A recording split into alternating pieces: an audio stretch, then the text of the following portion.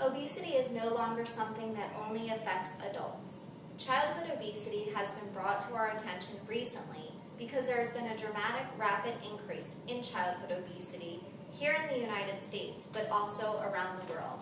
Childhood obesity is thought to be the most preventable nutritional disease of the 21st century.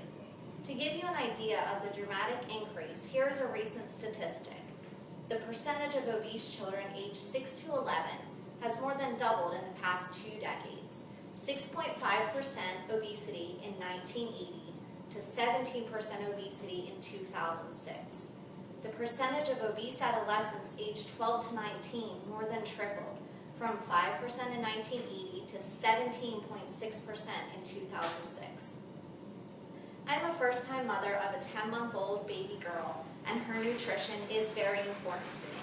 And I chose this topic to learn more about this growing problem and how to prevent it. Today I would like to inform you about the trends in childhood obesity, its causes, its effects, and how to prevent it so we can have healthy children around the world.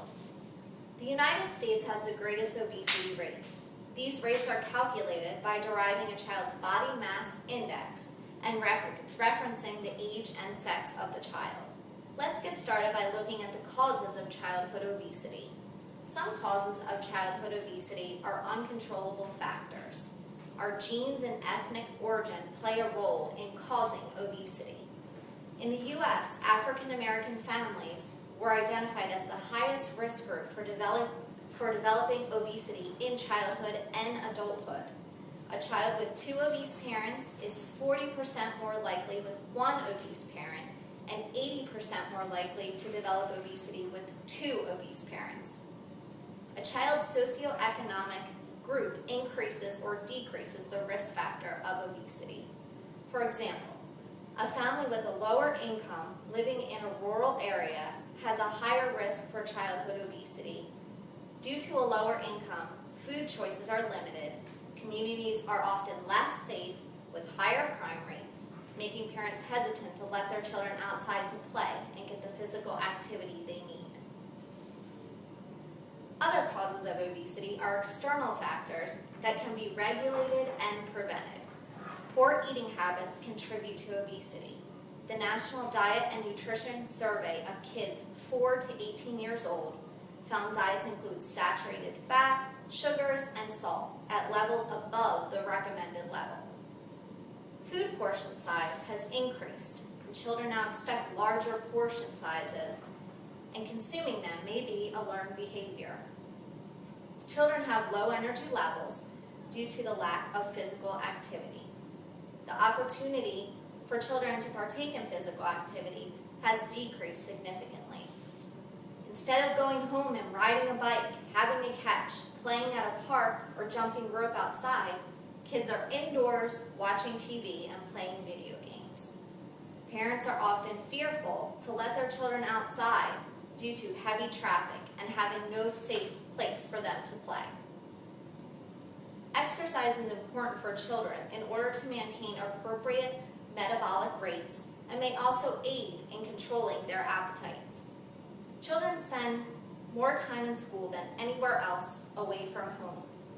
While at school, foods high in fat and sugar are regularly available.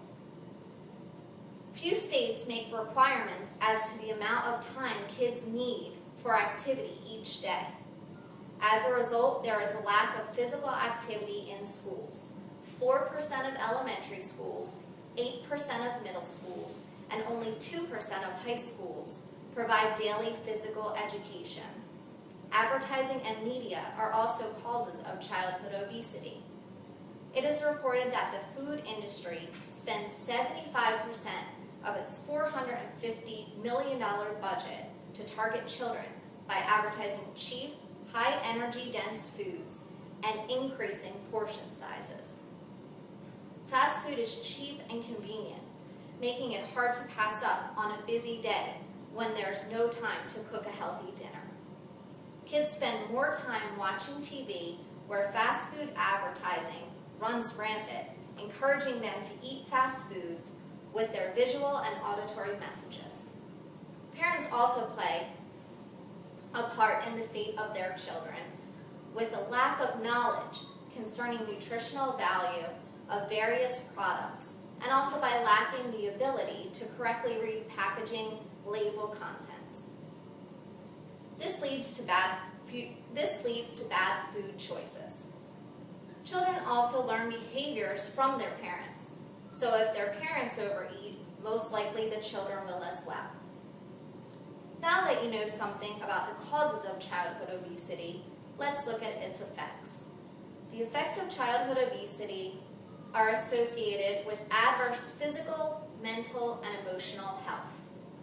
Physical effects include children being diagnosed with type 2 diabetes, which was once thought of only an illness affecting adults, heart disease, hypertension, asthma, muscular discomfort, shortness of breath, obstructive sleep apnea, and abnormal glucose tolerance. The mental and emotional effects include low self-esteem, lower quality of life, social discrimination, bullying, risk-taking behaviors such as smoking and drinking, depression, negative body image, and overall poor academic and social attainment. Childhood obesity is also an economic burden. The costs linked to obesity are high and continue to rise. Estimates suggest that the direct and indirect cost of obesity in the U.S. was about $139 billion in 2003. For every parent and future parent now aware of the causes and effects of childhood obesity, I'm sure you're interested in how to prevent this disease. Currently, public policy results are disappointing because we need to focus our attention towards prevention. The first key to prevention is that the child has a supportive outside environment. The government needs to support policies that reinforce healthy eating and physical activity. Schools need to change their menus, and kids need to have more time for physical activity. The media needs to reinforce healthy eating as well. They need to be accurate in their advertising and inform the public of the risk and nutritious facts of their products. The second key to prevention is that the child has a supportive family system and environment.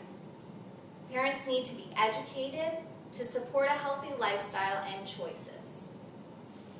This includes eating healthy, being active, and changing behaviors as a family unit. As we have seen, childhood obesity has become the most preventable disease of the 21st century. Fortunately, there are easy ways to cure and prevent childhood obesity. As a society, we need to recognize childhood obesity as a growing epidemic and work together, inside and outside the home, to change our way of life. Throughout my research, I have learned a lot about childhood obesity and its effects on today's children. And I will use the information I have learned to make sure my daughter develops healthy habits that will allow her to enjoy her life to its fullest potential. And I hope you will do the same in your own.